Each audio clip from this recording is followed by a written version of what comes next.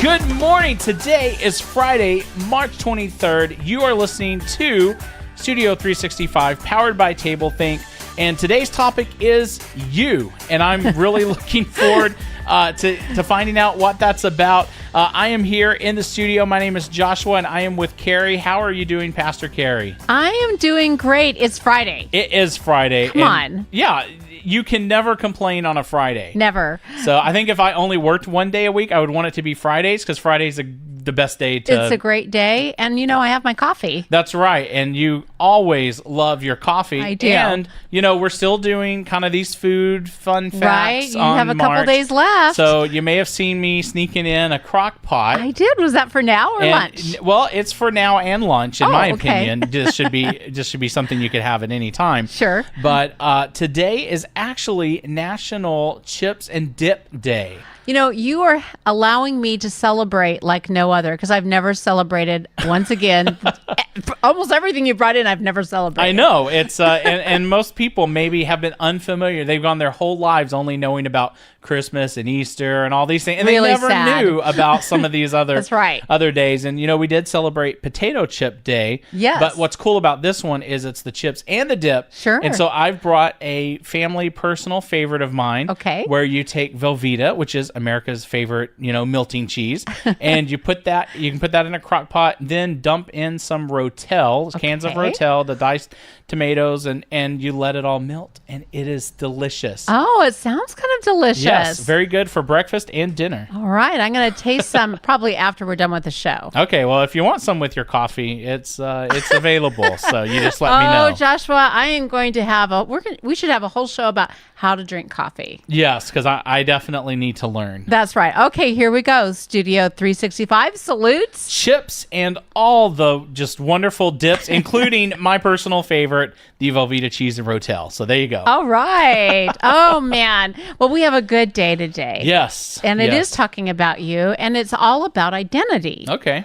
And I think sometimes that we get messed up, well, not sometimes, a lot of times, about what really matters in life. And we live in a culture, that's all about possessions and power and position. And we leave out often that that's nothing to do with our identity. Right. Yeah. Everybody, you're kind of looking to see, what kind of car did they get out of, and what's the emblem on their tennis shoes. Right. And we kind of become known for some of those things. And you start to think that, wow, this is really what everything matters. Yes. It's all about that. Yeah. And I guess maybe that's not really what it's about. But we are kind of conditioned for that. Yeah. And it's why I love, I have a favorite scripture. Okay. I always say that it's a favorite scripture. You have a lot of favorite scriptures. And it's 1 Corinthians, and it's 15:10. You know what it starts with, the word? If you're asking, that probably means it's your favorite word. It and is. That's a shenanigan you're up to. So it probably starts with but. Yes, it does. And I'll explain just a few minutes about that. But by the grace of God, I am what I am. You love that, don't you? I do. I like that. Because it really speaks to our identity and who we are. And so often we just don't think about, who am I today? Right. What are people looking at? And, it's interesting when I've been with families when they are preparing for a funeral for someone that they love. Yeah. They often talk about who that person was, and they never talk about their possessions or their position or power. And so I think it's so interesting, because really what we die with is our identity. Yeah, that's true. I guess I never thought about that. You're not going, they had the best whatever backpack, and did you see their tennis shoes? Yeah, you're more talking about other things. Yeah. Yeah. But we forget that we need to live with that. It's not just about, the day I die, I better have my identity taken care of. And so really, when we understand that we're defined by God's grace, which grace is from the goodwill of God. It's not earned or deserved. It's a gift from God. Right. It changes. Now, I have to tell you what my kids used to say. What is it? They would say this, Mom, but I am what I am by the grace of God. Yeah, they thought that would get them out of trouble. Right? Sounds legitimate. Yes. Yeah. Maybe you'll start saying that to me. Yeah, that's not a bad idea. That could become my favorite. Yeah. But in a way, it's true, because we everything shifts in us when we say, yes, God, I will take that grace. Right. I will allow the grace to come in and change everything about me. And so when we unpack that word to us, it changes everything, because then we understand that, I am fully engaged with God's grace. And so that's now who I am. My identity is resting on that grace. Right. I like that. Yeah. So I think about the longer I live, the sweeter it really is in understanding that I need to stand in that. In fact, in the ancient leadership book of Joshua, we're just going to be ending that. Tomorrow's our last day with I know.